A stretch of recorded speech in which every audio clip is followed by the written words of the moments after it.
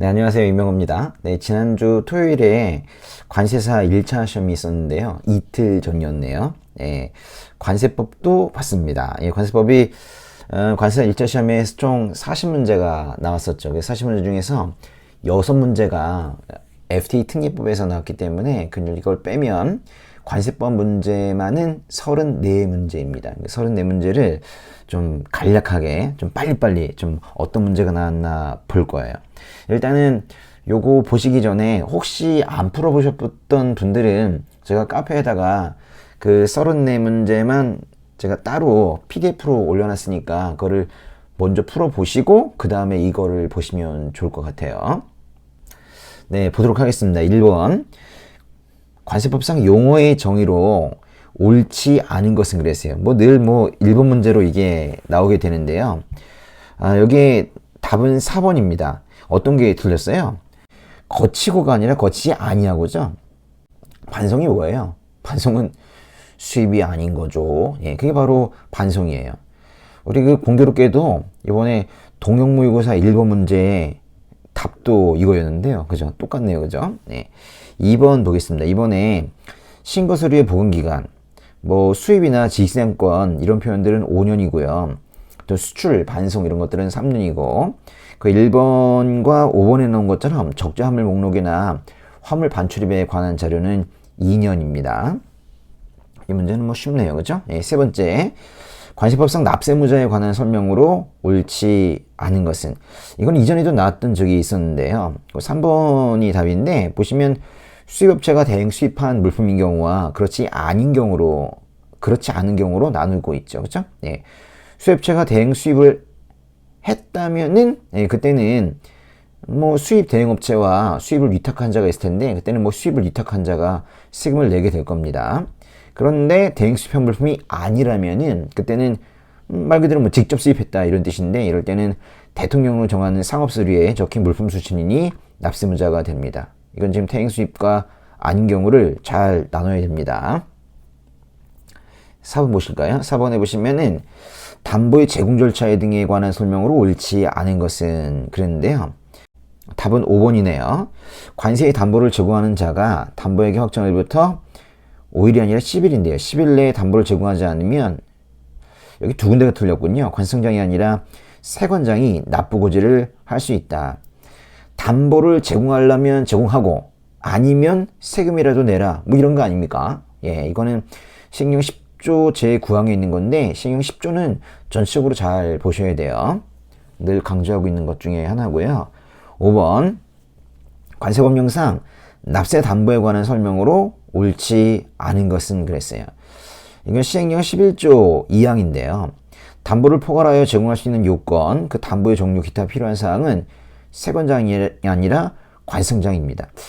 이번 시험 문제를 보니까 전체적으로 세관장과 관성장 바꿔놓는 문제가 많았고, 보시면 알겠지만은 숫자 문제가 그렇게 많아요. 숫자를 조금씩 바꿔놓는 그런 문제가 많습니다.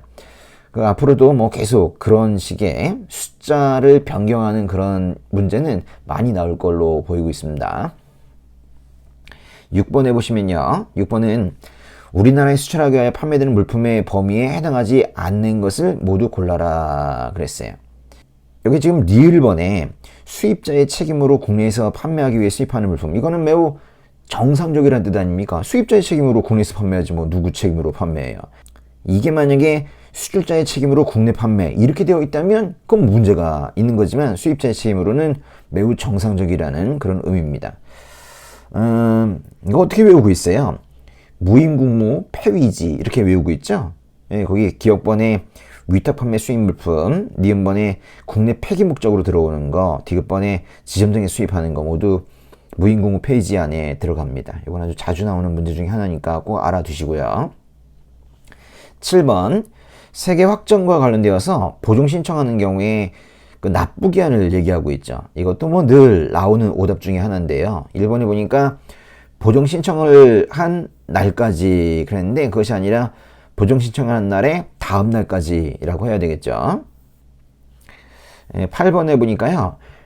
관세체납정리위원회인데 그 관세법상의 위원회가 많지만은 관세체납정리위원회가 나와버리면 뒤에 게 못 나온다고 그랬어요. 위원회 문제가 뭐 두세 문제 되기는 좀 힘드니까요. 근데 뭐 이게 8번의 답은 2번인데 그 관세납정리위원회 위원수 아닙니까? 위원수는 우리 어떻게 외우고 있어요?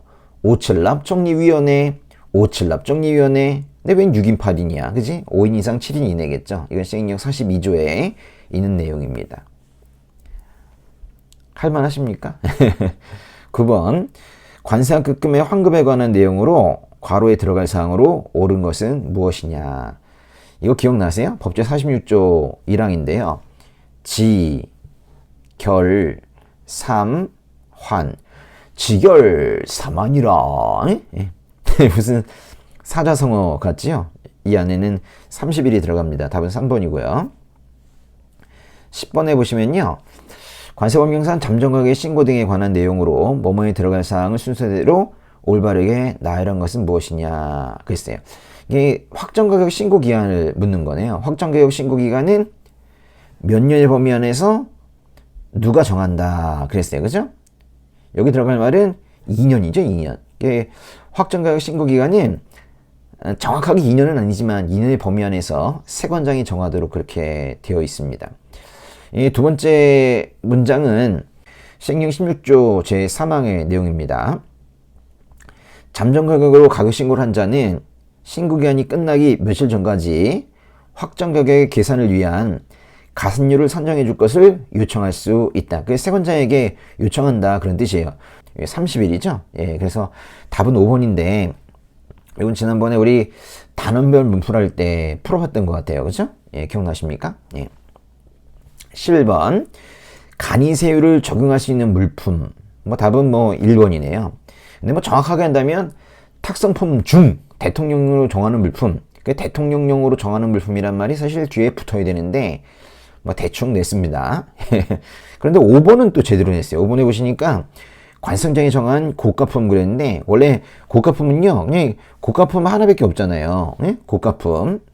근데 본문에 뭐라고 돼 있어요? 고가품으로서 관성장이 정하는 물품이라고 되어 있는데 그거를 합쳐 놓은 거죠. 12번 관세법령상 품목분류의 변경 사유에 해당하지 않는 것은 품목분류 변경 사유는 오랜만에 시험에 나왔네요. 시행령 107조에 있는 내용입니다. 이 4번은 어디서 나오는 겁니까? 이신청 등 불복 또는 소송이 진행 중이어서 품목분류 재심사의 신청이 반려된 경우 사실은요 여기 이의신청 등 불복 또는 소송이 진행 중 이것이 재심사 신청이 반려되는 사유 중에 하나죠. 그러니까 이게 지금 변경 사유냐 아니냐가 아니라 이것이 반려 사유라니까요. 그죠? 앞에 있는 게 반려 사유라고요. 이건 시행령 106조 3항에 나오는 겁니다. 근데 이 문제에서 우리가 하나 생각해 볼 수 있겠네요. 아, 반려 사유와 변경 사유를 섞어 놓을 수 있구나. 이걸 한번 신경 써 봐야겠다. 반려 사유와 변경 사유는 같이 나올 수가 있겠구나 라는 건 정도는 우리가 생각해 볼 수 있겠죠. 이 문제 뭐 고맙네요. 13번 보시면요. 관세법령상 덤핑방지 관세와 부가와 관련해서 실질적 피해 등의 판정을 위해 검토해야 되는 사항이 아닌 것은 그랬어요. 그러니까 어떠한 사안을 볼 때 야 이것이 덤핑이다 라고 판단할 수 있는 근거가 뭐냐라는 거예요. 가격, 그리고 덤핑 차액 이런 것들, 또 국내 산업의 가동률 제고, 덤핑 물품의 수입 물량 이런 것들은 다 야 이거 덤핑이다, 큰일 났다, 산업 피해가 크다 이런 것들을 판단할 수 있는 그런 근거가 되지만 덤핑 방지 관세 부과에 따른 보상 수준 이건 이런 말이 있지도 않지만은 이 보상 수준 이거를 알아가지고 무슨 이게 피해 판정의 기준이 돼요. 이건 좀 웃기네요. 그렇죠? 답은 2번이고요. 14번 관세가 면제되는 여행자 휴대폰 등에 관한 내용으로 괄호에 들어갈 사항으로 옳은 것은 그랬어요. 이건 시행규칙이네요. 시행규칙 48조에 나오는 건데요. 여행자의 별성품은 물건이잖아요. 물건과 그것의 주인인 사람이 너무 차이가 많이 나서 들어오면 안 된다 이거야. 그래서 뭐뭐 이내에 도착해야 된다. 여기 들어갈 말은 뭐예요? 뭐뭐 이내. 여기 들어갈 말은 바로 6개월이죠. 6개월. 그죠? 예. 근데요. 이게 지금 여기 나오기로는 지금 여행자 별승품만 나왔잖아요. 그쵸? 이사물품은요? 마찬가지죠. 여기 시행규칙에 두 가지 문장이 있습니다. 그래서 여기 여행자 별수품이라고 되어 있는 이 부분을 여기다가 이 부분을 그냥 이사물품 이렇게 바꿔도 뭐 별 상관이 없어요. 모두가 6개월이죠. 예. 이사물품과 별수품, 이사물품과 별수품 뭐예요? 이별이네요. 이별. 그죠? 이별은 6개월이죠. 15번 제출 면세 대상 물품이 아닌 것은 그랬어요. 시행규칙 50조에 나오는 그런 내용입니다.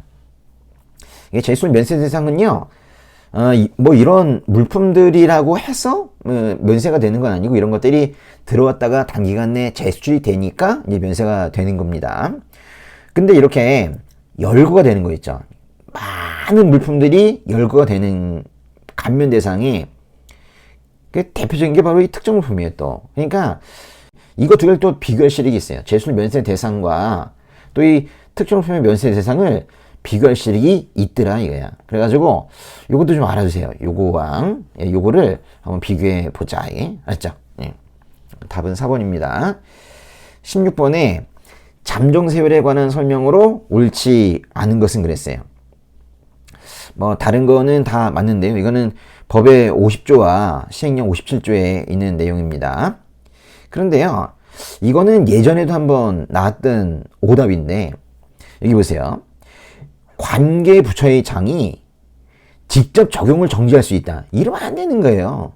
아니 관계부처의 장이 무슨 권한이 있어서 세율 적용을 정지해요? 이거는요, 관계부처의 장이 이것만 할 수 있죠. 장관에게 요청하는 거죠. 적용 정지해 주세요. 또는 뭐 세율을 인상해 주세요. 인하해 주세요. 이런 말들을 할 수 있는 거지. 요청할 수 있는 거지.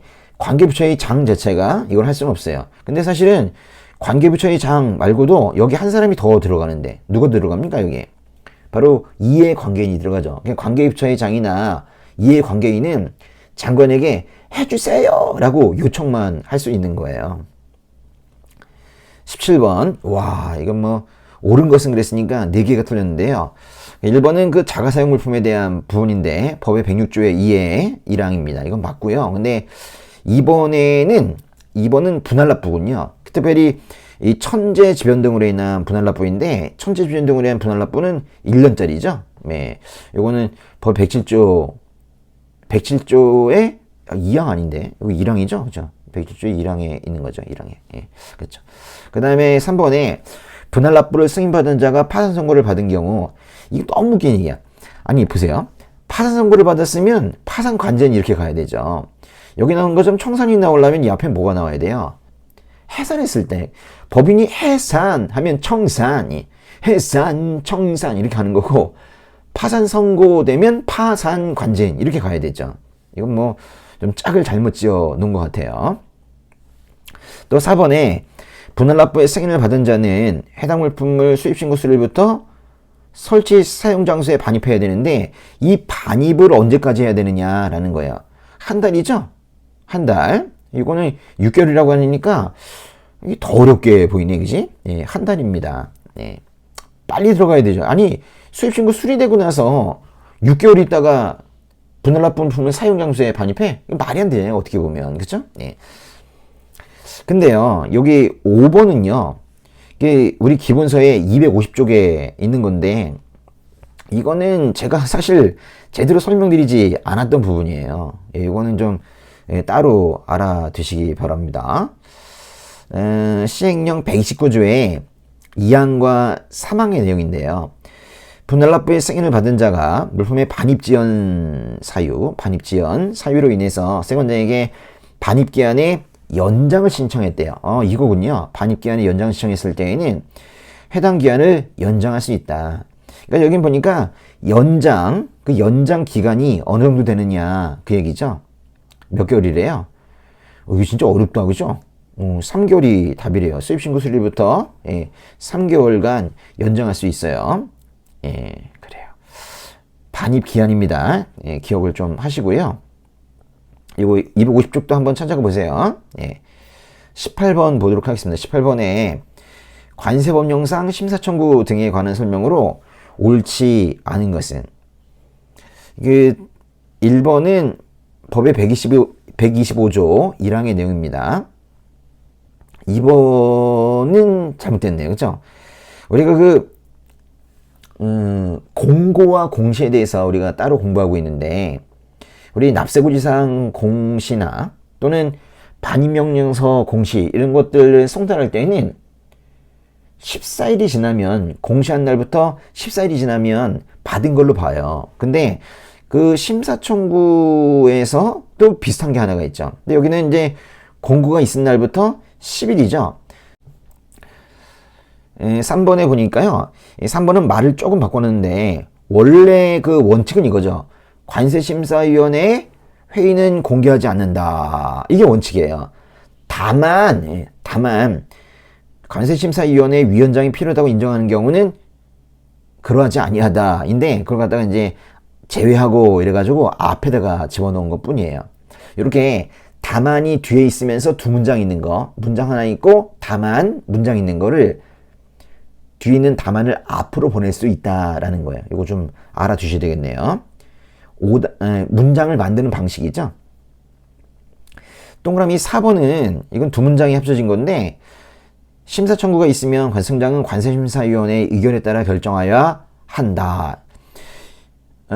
심사 청구는요, 여기 관세심사위원회가 의결하죠. 뭐 이거는 맞는 얘기입니다. 그런데 심사 청구의 대상이 되는 처분이 존재하지 않는데요.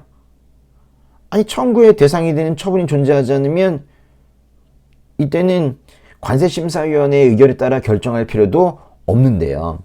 이러한 사유들을 모아놨죠. 그게 바로 시행령 150조의 경미한 사항이라는 겁니다. 경미한 사항이 말이 뭐 경미한 거지, 뭐 사실 진짜 경미하다기보다는 그 말 자체보다는 그냥 관세심사위원회의 의결을 거치지 않는 사항들, 그걸 우리가 경미한 사항이라고 시행령 150조에서 말하고 있는 거예요. 5번. 관세청장은 관세심사위원회의 의결이 법령에 명백히 위반된대요. 아주 명백한 위법이래요. 이럴 때는 그 어떻게 명백한 위법을 심사합니까? 이래가지고 다시 심의할 것을 요청할 수 있어요. 근데 이 다시 심의한다는 게 한 차례만 되나 봐요. 찾아가 보세요. 288쪽에 있는 건데 거기다가 이 문장을 밑줄 하나 좀 쳐놓으면 좋겠습니다. 19번 볼게요. 물품의 하역에 관한 설명으로 옳은 것을 모두 골라라 그랬어요. 이건 140조와 142조가 합쳐져 있는 건데요. 기억해 보니까 국제무역선에 물품을 하역하려면 이 하역을 할 때는 어떻게 돼요? 하역은 세권자에게 신고 아닙니까? 그러니까 여기 관세청장 신고가 아니라 세권장 신고인데, 그럼 이걸 관세청장만 세권장으로 바꾸면 맞느냐? 그렇지 않아요. 신고하고 현장에서 세공무원의 확인을 받아야 된다. 사실은 여기까지 써야지 맞는 거죠. 어차피 틀렸으니까 그냥 대충 낸 것 같아요. 니은과 디귿은 맞고, 리을번에 보니까 세권장은 항해하역 허가의 신청을 받은 날부터 20일 아니라 10일이죠. 이건 매우 중요한 거예요. 이거 허가일부 통지 기간, 이 기간이 바로 10일이죠. 10일. 이건 벌써 몇 번 시험에 나왔었는데 이번에 또 나올걸요? 사실 뒤에 보니까 문제가 하나 또 있더라고. 이 허가 여부 통지 기간이 또 있어. 지금 34문제 중에서 벌써 2문제나 있는데 이건 앞으로도 뭐 계속 관세법 문제에서는 나올 것 같아요. 20번의 그 1번과 2번, 이게 지금 물품 반입 등 정지니까요. 이거는 지금 특허 보세구역의 업무 정지와 관련되어 있는 문제입니다. 법 178조와 시행령 193조의 2에 나오는 내용인데, 여기 1번과 2번은 한 문장으로 되어 있죠.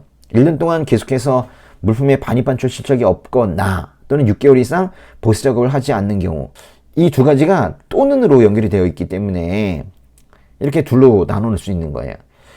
야, 여기 보수 작업은요, 확실하게 외워주셔야 되겠다, 그치? 6개월 이상 보수 작업을 하지 않았다. 그러니까 창고에서 아무런 작업도 하지 않았다는 거예요. 6개월 이상. 그러면 이럴 때는 너는 반입 정지다, 업무 정지다, 일하지 마라. 그렇게 일하기 싫으면 일하지 마라. 뭐 이렇게 얘기하는 거죠. 이것도 숫자 바꾼 문제인데 알아두셔야 되겠습니다. 21번. 와, 뭐 이렇게 많이 틀렸냐? 예. 1번에 보세공장에서는 세권장의 이거 보세요. 내구물품만, 이 중요한 말은 바로 이 만자인데요, 만. 내공품 만. 이렇게 만약에 가공하려면 허가가 있어야 되죠. 이게 승인이 아니라 허가라고 해야 됩니다. 허가. 2번 보세요. 아, 여기 또 나왔잖아. 이 통지기간 있죠, 통지기간. 허가 여부, 통지기간. 허가 여부 통지기간은 10일이라니까요. 요거는 꼭 나올 겁니다. 여기 문제에서 두 문제 벌써 나왔어요. 3번에 보세건설장 운영인은 보세건설장에, 그러면서 이게 슬쩍 보니까 수입신고에 대한 내용인데요. 보세건설장에서 수입신고를 언제까지 해야 돼요? 아니, 수입신고에 그 별명 있잖아요. 사용 전 수입신고. 그게 뭐예요? 건설 전에 하라는 거죠. 그래서 사실은 이렇게 표현해야 돼요. 사용 전에 수입신고하고 세관공무원에 검사를 받아야 된다. 이렇게 표현해야 되죠. 너무 많이 그 문장을 바꿔버려가지고 이건 뭐 어딜 바꿔야 될지도 모르겠습니다. 그러니까 아예 사용 전 수입신고라는 말을 외워두는 게 그게 좋겠죠. 그걸 알고 있는지 묻고 있는 거예요. 4번에 보니까요. 특허 세구역 운영인이 그 장침품의 종류를 변경하거나 또는 특허 작업의 종류 또는 작업의 원재료를 변경하고자 하는 때에는 보세요. 장침품의 종류를 변경하거나 또는 무엇을 변경할 때, 뭔가 특허 세구역과 관련되어서 뭔가를 변경할 때는 승인을 받아야 된다는 거예요. 맞는 말인데요. 340쪽에 있는 내용인데 제가 뭐 자세히 설명드리진 않았습니다. 네, 이건 한번 또 봐두시고요. 좀 특이한 게 바로 5번인데, 아니 이거 2022년 2월 15일 2월 달에 시행령 개정되면서 들어간 거거든요. 근데 그게 뭐 들어갔어. 이게 올해 개정된 거고 또 2월에 개정된 게 들어갔어. 개정사항을 잘 봐야 되겠는데요. 보세공장의 작업허가를 받은 자는 그 작업 완료 결과를 통보해야 되는데 언제까지 통보해야 되냐 이거예요. 이게 상당히 짧아요. 5일이죠, 5일. 보세공장에 작업을 하면 5일 이내에 작업 끝냈습니다 라고 얘기되죠. 지금 밖에 나갔잖아요. 이거 진짜 어렵다. 그죠? 예, 보세공장 외의 작업. 이거 뭐 너무 어려우시면은 이거 이제 요렇게 외우세요. 5. 예, 보세공장 5 작업. 응? 보세공장 5 작업. 5일이니까 급하잖아. 이렇게 해야지 뭐. 예, 359쪽에 있는 내용입니다. 이게 359쪽에 그 원래 그 기본서 자체에 있는 게 아니라 거기다 만약 오류 붙여놨을 거예요. 그죠? 시행령 오류 붙여놨을 거야. 그치? 예, 가서 보시고요. 22번. 종합부세구에 관한 설명으로 옳지 않은 것은, 이것도 좀 답만 볼게요. 5번인데요. 이거는 어떻게 보면 상당히 쉬워요. 지정을 하는 사람이 지정 취소도 하죠. 관성장이 지정도 하고 관성장이 지정 취소도 하는 거예요. 여기 세건장이 들어가면 어떻게 해? 관성장이 들어가야지. 그죠? 예. 23번. 보세운수업자에 관한 내용으로 뭐뭐에 들어갈 사항을 순서대로 올바르게 나열한 것은, 업무정지 앞에 뭐가 들어가니? 이게 보세운수업자 등이든 뭐든 간에 관세법상의 업무정지는 다 6개월이야. 이건 정해져 있잖아요. 원칙이잖아. 업무정지는 6개월이야. 전자문서 중개사업자와 국가관세 종합정보망 운영사업자 빼고 거기는 1년이죠. 업무정지 기간이 1년인데 그거 아니면 다 6개월이야. 그쵸? 그런데 여기 보니까 과징금이 나왔네요. 과징금. 이게요. 보세운송업자 등에 대한 과징금이든 특허보세구역 운영에 대한 과징금이든, 그게 뭐 돈을 많이 버는 업체가 과징금도 많이 내요. 다 매출액 기준 아닙니까? 매출액의 3%죠? 3%. 그렇죠? 그래서 6개월과 3% 합친 1번이 답이 되는 거예요. 이것도 충분히 할 수 있을 거고요. 24번에 보시면은 위탁 판매 방법으로 매각될 수 있는 대상이 아닌 것은 그랬어요. 경쟁 입찰이 있죠? 그리고 경매 또는 수혜 계약이 한꺼번에 2순위에 있고 그 다음이 위탁 판매입니다. 위탁 판매는 일단은 경매 수혜 계약이 안 되면 위탁 판매로 가죠. 이 바로 이것처럼요. 5번처럼 경매나 수혜 계약이 안 되면 그땐 위탁 판매로 갑니다. 이거는 법에 있는 내용이에요. 법의 210조의 사항에 있는 내용이고, 그리고 왜 위탁 판매하느냐? 급하다. 그래서 1번, 2번 보시면은 급하다. 부패 우려가 있는 거. 또 기한 경과로 사용할 수 없게 되거나 상품 가치가 현저히 감소할 우려가 있는 물품, 이런 것들은 위탁 판매하죠. 근데 아주 정말 독특한 게 바로 이거죠. 전문 지식. 공매하는 경우에 전문 지식이 필요하다. 이게 뭔 뜻이에요? 설명하면서 팔아야 되는 거예요. 아, 이 측량 기교로 말씀드릴 것 같으면, 이걸 위탁해야지. 위탁 판매할 때 전문 지식이 있는 사람에게 위탁을 해야 될 거 아니에요. 3번에 보시면은 원래 이런 말은 없고, 이거를 이제 2회 이상 경제입찰에 붙여도 매각되지 않으면 경제입찰 다음 단계인 경매 또는 수의계약으로 이렇게 가는 거죠. 이거는 여기에 들어갈 말이 아닌 거예요. 그렇죠? 아니, 여기 사실 3번과 5번이 같이 나왔다는 게 너무 웃기잖아요. 그렇죠? 5번은 위탁 판매로 가는 사유이고, 3번은 뭐 1회를 2회로만 바꾼다면 경매 수의계약으로 가는 사유인데요. 그렇죠? 예. 25번. 일반 물품의 원산지 결정과 관련해서 그랬어요. 특수 물품이 아니라는 거네요. 그죠? 예. 규칙의 74조입니다. 원산지로 인정될 수 있는 작업. 인정될 수 있는 작업 그랬어요. 그러니까 인정될 수 없는 게 있나 봐요. 말하자면 불인정 공정이 있는 거죠. 불인정 공정, 단순한 조립, 가축의 도축, 판매를 위한 물품의 포장 개선, 보존을 위해서 필요한 작업, 이런 것들은 다 불인정 공정이에요. 그런데 혼합이라는 게 불인정 공정에 하나가 들어가 있긴 하지만은, 그게 만약에 본질 특성을 부여하기에 충분한 정도로 실질적인 생산 가공 제조가 이루어졌다면 그거는 원산지로 인정을 해야 되죠. 어떤 혼합, 어떤 믹스가 문제예요. 바로 이런 거죠. 물품의 특성이 변하지 아니하는 범위 안에서의 혼합. 그렇죠? 네. 물품의 특성이 변하지 않는 범위 내에서의 혼합. 이것이 문제인 거죠. 네. 물리적 혼합이다. 뭐 이런 때 얘기예요. 그죠? 네. 26번 보겠습니다. 26번에 수입신고 기한이 경과됐을 때 부과되는 가산세율 그랬는데, 시행령 247조의 내용입니다. 순서대로 1, 2, 3, 4번이 2, 5, 8, 4번 2회의 경우. 근데 4번과 5번이 다 89, 99일이면 다 80일이 넘어가니까 다 2회의 경우인 거예요. 1천분의 20. 2%죠? 2%. 예, 2%. 이렇게 똑같이 가야 되는 거예요. 예. 27번. 수입신고 수리 전 물품 반출 시 담보 제공이 생략될 수 있는 물품이 아닌 것은 그랬어요. 일단 지방 자치단체가 수입하거나, 또 지방 공단이 수입하거나, 국가가 수입하거나, 지방 공사가 수입하거나, 공기업이 수입하거나, 이런 데들은 담보 제공 생략이죠. 믿을만 하니까요. 3번이 문제인데, 전 이 문장 보고서 너무 깜짝 놀라가지고, 1년이 2년으로 바뀌는 거 맞습니다. 그런데요, 법 위반 사실이 없는 신용평가 기관으로부터 그랬어요. 사실은 이 사이에 법 위반 사실이 없는 수출입자 또는 신용평가 기관 이렇게 나가거든요. 사실은 이게 끊어지는 거거든요. 이렇게. 근데 이 사람은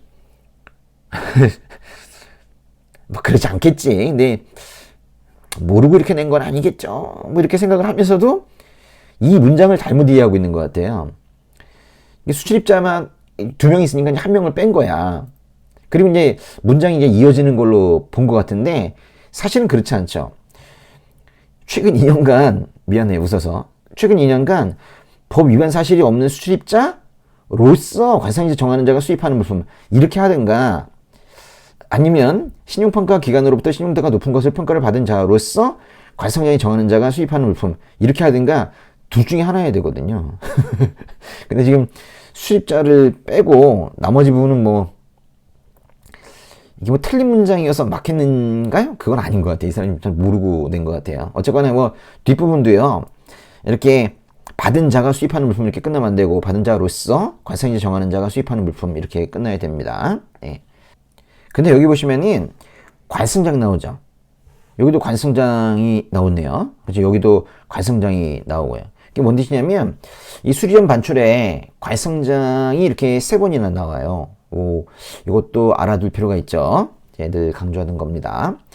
28번에 우편물에 관한 설명으로 옳지 않은 것은, 너무 긴데, 법의 261조에 보면은 반송이 되면은 소멸한다고 되어 있거든요. 이거 네 거야? 근데 우편물 제 거 아닌데요? 그러면 바로 보내버리죠. 납세물은 이렇게 소멸합니다. 답은 5번이고요. 29번에 신규직 80조의 내용인데 자료를 갖춰둬야 되는 영업장에 해당하지 않는 거. 백화점 어디 갔지? 백화점은 여기 있긴 하네. 그죠? 백화점이 있긴 하네. 네. 백화점은요, 앞에 무슨 말이 붙든 간에 상관없이 이거 무조건 되는 거예요. 그러니까 백화점은요, 이거는 이 말이 중요한 게 아니었어요. 백화점이면 무조건 된다. 그리고 1번과 2번을 잘 보시니까 하나는 매출액이 10억 원이고 하나는 매출액이 15억 원? 이거 지금 5억 10억이면 되는데 그보다 이제 5억 이상이고 10억 이상이라고 했으니까 이렇게 낸 거구나. 그쵸? 뭐 괜찮은 거예요. 예. 근데 답은 4번인데요. 최근 1년간 수입물품 매출액이 수입물품 팔아 생긴 돈이 전체 매출의 30%를 초과한다 그래야 되는데 근데 20%인 그랬으니까 확실하게 틀렸네요. 근데 그것만 바꾼다고 되는 것이 아니라 사실은 이 앞에 이런 말이 들어가야 돼요. 관성장이 정하는 물품을 판매하는 자로서 라고 해서 이 관성장 부분이 하나 더 들어가야 됩니다. 어차피 뭐 오답이니까 대충 한 것 같아요. 30번 벌칙에 관한 설명으로 옳지 않은 것은 그랬는데요. 여기 보시면 예비범이 있어요. 예비범. 그 예비범 처벌은 딱 정해져 있어요. 그 법의 271조 3항에 보면 예비범 처벌은 딱 이렇게 세 개로 되어 있죠. 268조의 이건 뭐예요? 전자문서 위조죄고 269조는 밀수출입죄잖아요. 밀수입죄, 밀수출죄, 금치품 수출입죄 이런 것들이고 270조에는 뭐가 있어요? 관세포탈죄, 부정감면죄, 부정환급죄, 부정수출죄, 부정수입죄 뭐 이런 것들이 들어가죠. 이런 것들만 예비범 처벌을 해요.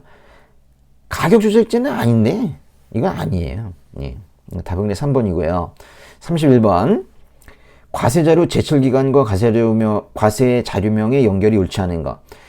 아니 작년 관세사 시험에도 이딴 식으로 하나 과세료 제출이 시험에 나오더니 또 나왔어. 이건 좀 너무하네요. 그쵸? 예. 이건 뭐 우리 기본서의 459쪽에 나오는 건데 여기 나오는 건 이게 지금 뭐 핵사고와 관련되어 있는 그런 부분이니까 이거는 산업통상자원부가 아니라 원자력안전위원회라는 부분인데 그냥 보시기만 하세요. 이건 다시는 안 나올 거예요. 예. 32번 관세법 조사에 관한 설명으로 옳지 않은 것은 여기도 뭐 자세히 보셔야 될 부분이 하나가 있는데 우리 조서 쓸 때요. 긴급히 처리할 필요가 있을 때는 약식조서를 쓰지 않습니까? 근데 그거를 약식조서를 뭐라고 하냐면 그 주요 내용을 적은 서면 이렇게 표현을 하거든요. 그런데 앞에 이런 말이 들어가 있다는 거예요. 현행 범인에 대한 조사일 때만 이렇게 한다는 거예요. 현행 범인이 아닌 이러면 안 되는 거예요. 알았죠? 현행 범인에 대한 조사일 때만 긴급할 때 약식 조서도 가능하다 이런 얘기예요. 급하다는 얘기죠. 33번에는요. 뭐 이거는 안 나올 것 같긴 해요. 다시는요. 네. 이게 개청시간 외의 수수료 뭐 임시개청 할 때 수수료인데 너무 심하다. 그쵸? 예? 규칙 제 81조인데요. 기본 수수료는 4,000원이고 휴례는 12,000원이에요. 그리고 3,000원 그리고 여기 디귿에 들어간 말은 4,800원인데 아휴 이건 뭐 출제자한테 제가 4,800원을 드리고 싶네요. 그죠? 예, 이건 뭐 좀 너무 심하고요. 안 봐도 돼요. 예. 34번에 이건 중요하네요. 그죠? 수입의 의제 부분인데 귀통물 매우추잖아요. 240조 내용입니다. 예, 귀통물 매우추 귀통몰